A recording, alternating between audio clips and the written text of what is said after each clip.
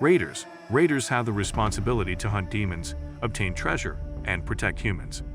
While their jobs are dangerous, people refer to them as heroes and envy them. Min Jae-hyun meets Jung Woo-min regarding a job. Jung Woo-min is an A-rank mage who works for the Raider agency, and what he does is find work for those who don't belong to a particular guild, which is the reason why he contacted Jae-hyun anyway. Jae-hyun is disappointed at the job offer, which would require him to stand up front with a shield in a dungeon where the undead appear. He feels that's more like using him as bait, which can be disposed of in times of danger. He has no choice anyway. That's the kind of jobs people from the martial arts class get, whereas magic users, called mages, get better offers instead. Jae-hyun regrets the fact that he chose to become a martial arts raider 10 years ago and not a mage, because martial arts raiders used to be rated higher than mages. However, the reverse is the case now. He never envisioned that he would just be an insignificant D-rank martial arts raider. He finally decides to take the offer. The next day, while he waits for Jung Woo-min before the raid, he meets Manhwa, also a martial arts raider.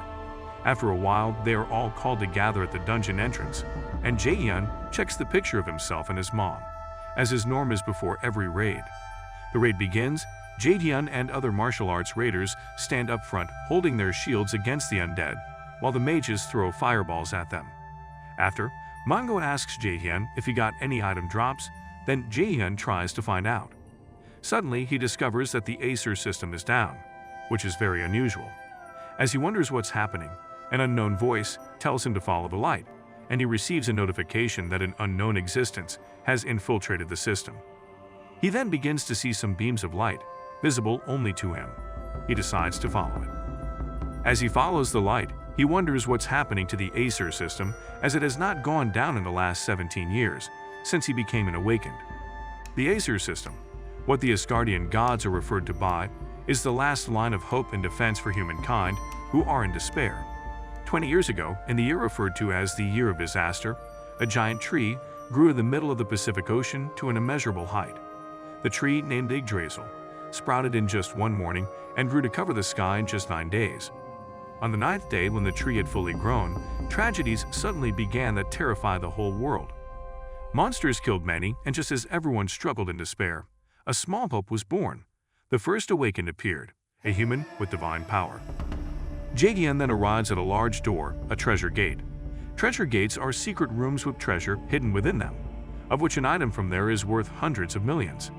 He opens the door and hopes to find an A-rank item. However, he shockingly discovers a mythic item with very powerful skills, called Odin's Lost Eye, the only mythic rank item in the world. He starts to fantasize about how better his life would become when he sells it. He returns to his team, and after a while, as they prepare to resume the raid, there's a sudden sound of an explosion and a poisonous fog starts to fill the air, which starts to kill the raiders. Jae-hyun and Manhwa attempt to get out of the dungeon, but suddenly, Manhwa gets killed. Jae-hyun starts to run while he tries to figure out what's happening, but suddenly, someone darts Blitzchain toward him. It's Jung Woo-min. Jae-hyun asks why he is doing this, and he replies that his client asked him to. The dungeon assassination contractors.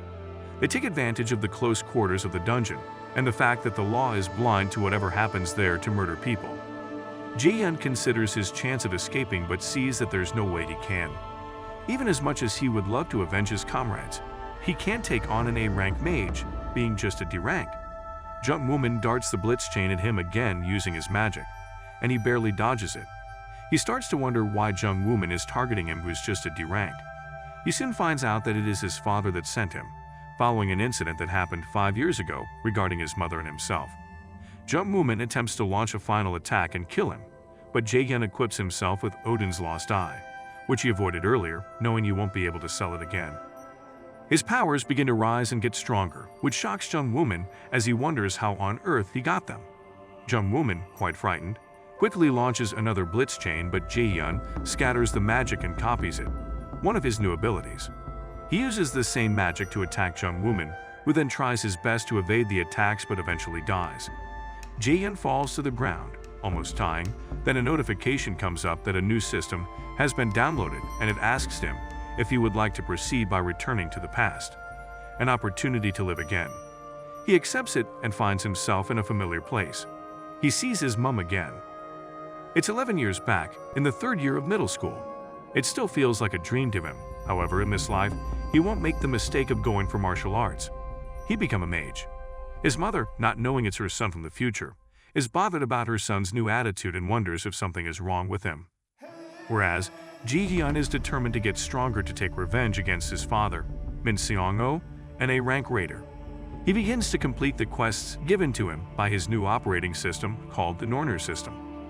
While he doesn't know what the Norner system is exactly, he knows the future, hidden pieces, and ruins that he can monopolize to his advantage. However, the problem is his skills. All he has are martial arts skills, excluding absolute calculation and blitzchain that he just obtained. He analyzes all his current skills and stats and plans to learn new ones. At present time, mages are treated like garbage. Unlike martial artists, however, to avoid that, he decides to learn a healing skill, since those with healing skills are well respected. He receives a call from his childhood friend, Kim Yoo-jung. In his past life, she was his best friend, whom he always went everywhere with, and one of the biggest reasons he wanted to become a raider, but unfortunately, she died. However, he plans to change it this time.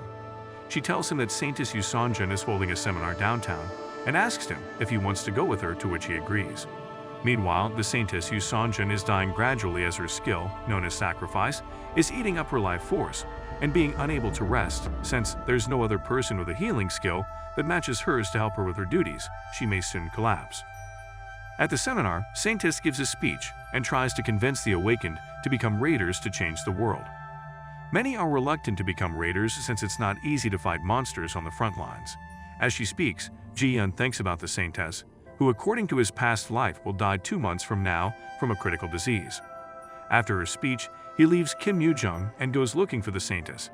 He meets Sung-jae, her assistant, by her car, but he doesn't allow him to see her. Jae-hyun then reveals that he knows about the Saintess' untreatable disease and can cure it for her. Sung-jae gets angry and grabs his clothes, asking how he knows that the Saintess is sick. Hearing this, Yoo Seon-gun winds down and asks Jae-hyun if he can take responsibility for what he just said, to which he affirms he can. She then invites him in and they go to a quieter place. He tells her he will need to copy her sacrifice skill to cure her disease, since injuries created through skill penalty can only be healed with a skill of the same rank or even higher rank. She is shocked to hear this, as her skill is a unique skill. Unique skills are considered to be the highest level of all skills and can only be obtained through blood inheritance or individual skill manifestation. Other skills can be learned using a calculation formula, but unique skills have formulas that cannot be deciphered, hence they can't be copied. She then manifests her skill and tells him to prove it. Jae-hyun copies the skill in a matter of seconds and manifests it to her, leaving her and Sung-jae shocked. He then asks for a negotiation. He then tells her he wants the Lotus Guild to sponsor him in growing stronger as a raider. However, she gives him a condition that he has to join the Lotus Guild for that to be possible. She tells him her disease is a personal problem unrelated to the Lotus Guild, and this makes getting the whole Lotus Guild to support him for no reason difficult. She then says the reasons she is bringing this up are because he has an exceptional information gathering ability, being able to find out about her sickness. Also because he could copy her skill perfectly, perhaps an endless possibility of copying many more skills. And finally, because he is charming. Ji-hyun brings up the issue that having a guild contract with a minor is illegal, and she tells him about the right of priority negotiation, the privilege of a guild to support the growth of a raider trainee who is not yet an adult till he reaches maturity. He is shocked to be getting an offer like this, considering that before his regression, even low-ranking guilds didn't want him. However, he decides to focus on healing her first and think about the offer letter. He activates the skill and begins the healing process. After a while, she gets completely healed and asks him if he won't receive a penalty for the skill too. Though copying the skill wouldn't have penalties on him, he tells her she could just heal him too when that time comes. He then requests to be taken to a low-rank dungeon. He plans to level up so he can match against the competition at Noel's Academy. Sung-jae allows him to borrow the guild member's equipment and gives him a warp stone for his safety. Sung-jae tells him that it's dangerous to enter alone, even though it's an E-rank dungeon, but he insists on entering alone. Ji-hyun enters the dungeon, and he unexpectedly gets transported by the Norner system to Hellheimer's Field of the Dead. Meanwhile, Saintess Yoo Seon-jun is worried about Jae-hyun, as clearing a dungeon alone is almost impossible for an aspiring raider. She checks his profile and discovers he's an aspiring martial artist, and becomes even more surprised by the fact that he got 97% in his magic aptitude. She calls Sung-jae, immediately requesting that he calls her immediately when Jae-hyun returns from the dungeon. Still in the dungeon, Jae-hyun wonders what's going on and soon starts getting attacked by the undead. However, he blocks the attacks. Meanwhile, Kim Yoo-jung is still angry that Jae-hyun left her at the seminar, knowing fully well that she's bad with directions, which is quite unusual of him. She considers some other things and wonders what has caused the sudden changes in Jae-hyun's personality. Jae-hyun is surprised by the level of monsters that are facing him: wraiths, a skeleton archer, and a draugr. He then uses the Lotus Guild's entry-level staff item that Sung-jae gave him. Although Hellheimer is a difficult place for beginners to raid, he sees it as an opportunity to test his new powers. Using the Blitz Chain in combination with the item, he fights against the monsters and gains experience points as he defeats them.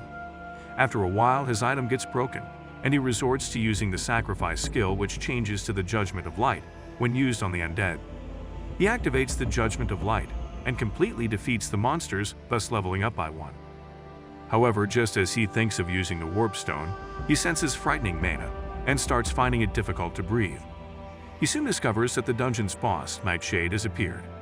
He receives a warning to escape quickly, seeing that he can't face it. However, as he tries to use the Warp Stone, it falls from his hand. He then notices a sudden stop in Nightshade's movement. A goddess appears, saying he is an important guest. The goddess refers to him as the one born destined to be the adversary, but tells him he is still far too weak to fight the Esser gods. She threatens to kill him if he doesn't get stronger and defeat the Nightshade in 2 months, and promises him a reward if he achieves it. After a while, he wakes up at the entrance of the dungeon thinking it was a dream. He soon discovers that it was real. It was Hel, the goddess of death that rules over Hellheimer, one of the 9 worlds of mythology. He finds it difficult to take in all the information, why he regressed, and what Hel was talking about when she called him the adversary. He then decides to get stronger and become better at fighting as a mage. He receives a message from Sung-jae that Yoo Seon-jun wants to see him, and he agrees to visit. The next day, he goes to visit her. The conditions of the contract given to him are the kinds only offered to raiders that are A rank and above, so he sees it as a very good deal. However, he tells the Saintess that she must agree to teach him magic personally before he signs the contract. She accepts the request and then tells him she would like to check his talent first before they proceed. Jae-hyun already expected this would happen, and he asks her what she wants him to do. She creates a mana cube and tells him she would like him to endure it. He is shocked, as a mana cube is something even current mage raiders find difficult. Sung-jae finds this absurd and impossible for a child, but Yoo Seon-jun tells him she is confident he can handle it. Jae-hyun enters the mana queue, and his only priority is to find the way out and do that as soon as possible. Yoo Seon-jun did it in 40 minutes, the current fastest in the nation. Sung-jae predicts that the outcome will either be that Jae-hyun won't come out at all, or he will set a new record. Suddenly, they see a crack in the mana queue. Sung-jae checks the time, and it's just 10 minutes since he went in. What's happening there? Will Jae-hyun break Yoo Seon-jun's record? Let us know if you want part 2 in the comment section. Also, don't forget to like this video and subscribe to our channel. See you guys in the next video.